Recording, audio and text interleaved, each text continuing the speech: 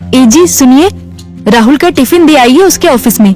राहुल की माँ बोली, क्या राहुल आज साथ में टिफिन लेकर नहीं गया? आज उसके ऑफिस में मीटिंग थी बॉस के साथ सवेरे सवेरे, इसलिए बिना टिफिन के ही वो चला गया। ठीक है, मैं दे आता हूँ। राहुल के पिता तैयार होने के लिए कमरे में चले गए। एक दिन पहले, माँ, मेरे दोस्त के पिताजी भी टीचर थे। उन्होंने देखो कैसे आलीशान बंगला खरीदा है। नहीं तो मेरे पापा, हम आज भी इस किराए के मकान में रहते हैं। राहुल गुस्से से बोला।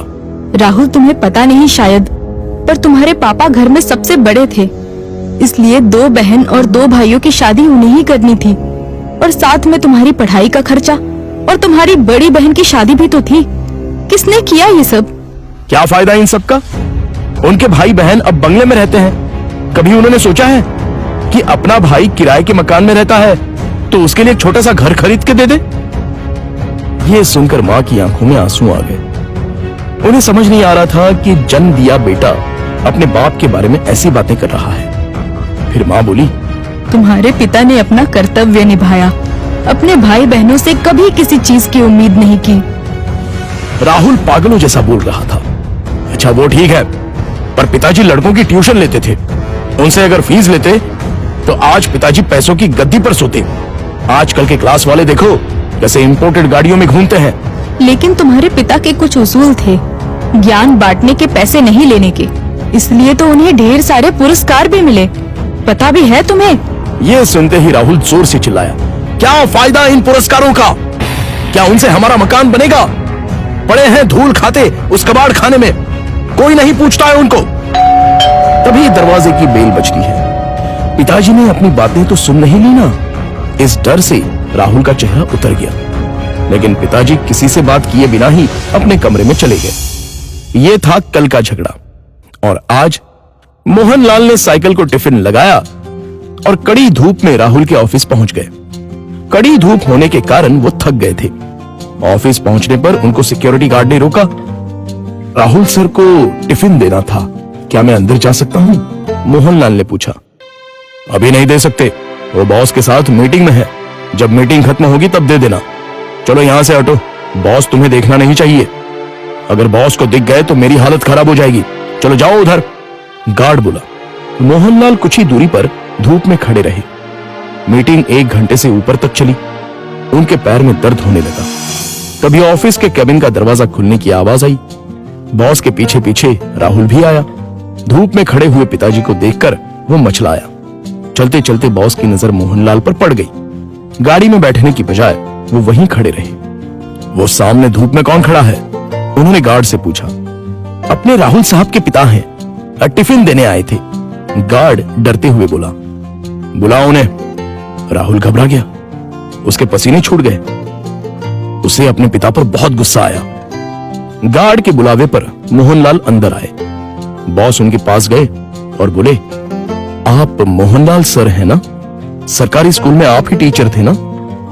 हाँ, पर आप कैसे पहचानते हैं मुझे? कुछ समझने से पहले ही बॉस ने मोहनलाल के पैर छुए। राहुल और सब लोग ये देखकर हक्का बक्का रह गए। सर, मैं विजय, आपका स्टूडेंट था। आप मुझे पढ़ाने के लिए घर आते थे। हाँ, याद आया। बाप रे, तुम तो बहुत ही बड़े हो गए हो। विजय मुस्कुराया और बोला, सर आप यहाँ धूप में क्या कर रहे हैं? चलिए अंदर बैठते हैं, बहुत सारी बातें करनी है आपसे। सिक्योरिटी, तुमने इन्हें अंदर क्यों नहीं बिठाया? सिक्योरिटी ने शर्म के मारे गर्दन नीचे कर दी और बोला, सॉरी सर, गलती हो गई। इस पर मोहनलाल बोले, इसमें इसकी कोई गलती नहीं है, आपको डिस्टर्ब ना हो इसलिए मैं ही बाहर खड़ा हुआ था। ओके। विजय ने मोहनलाल का हाथ थामा और उनको अपने केबिन ले गया। बैठिए सर, अपने कुर्सी की तरफ उंगली करते हुए विजय बोला। नहीं, ये कुर्सी तो तुम्हारी है। मोहनलाल हिचकिचाहट से बोले, सर आपकी वजह से ही तो ये कुर्सी मुझे मिली है, इसलिए इस पर सबसे पहले आपका हक बनता है।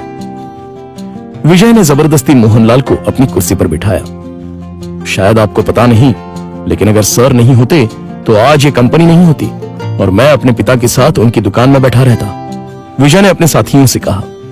राहुल और मैनेजर आश्चर्य से देखते ही रह गए। स्कूल के टाइम मैं एक एवरेज स्टूडेंट था, मुझे पढ़ाई में दिलचस्पी नहीं थी।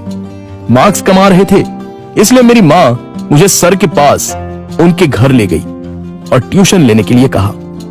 पर सर के घर पर जगह नहीं थी, इसलिए वो हमारे घर आकर मुझे पढ़ाने लगे। लेकिन सर ने कभी फीस नहीं ली। सर के पढ़ाने के तरीके से फिर धीरे धीरे मुझे पढ़ाई में रुचि आने लगी और मैंने 10वीं में दूसरा नंबर लाया। ये देखकर तो मैं हवा में उड़ने लगा। My goodness! पर सर ने कभी आपसे फीस नहीं ली? मैनेजर ने पूछा। मैं मां के साथ मिठाई लेके सर के घर गया। मां ने 50,000 का चेक सर को दिया, लेकिन उन्होंने वो नहीं लिया।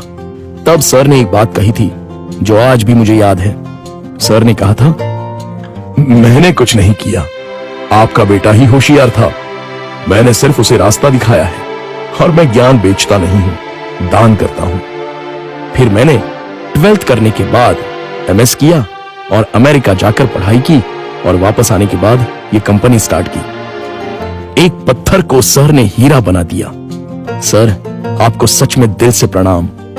मोहनलाल की आंखों में आंसू आ गए। यह सच में कमाल की बात है। बाहर दुनिया में पढ़ाई का बाजार चल रहा है और इन्होंने बिना फीस लिए पढ़ाया। मान गए सर आपको। ऐसे लोग उसूल के पक्के होते हैं। इन्हें पैसों की और पुरस्कार की भी चाह नहीं थी। इन्हें तो बस अपने स्टूडेंट का भला हो, यही दिन रात सोचते थे। सही कहा सर आपने। ऐसे लोग तो दुनिया में बहुत ही कम होते हैं। सर, क्या आज आप उसी किराए के मकान में रह रहे हो? मोहनलाल की जगह राहुल ने ही जवाब दिया। हाँ सर, उसी किराए के मकान में रहते हैं।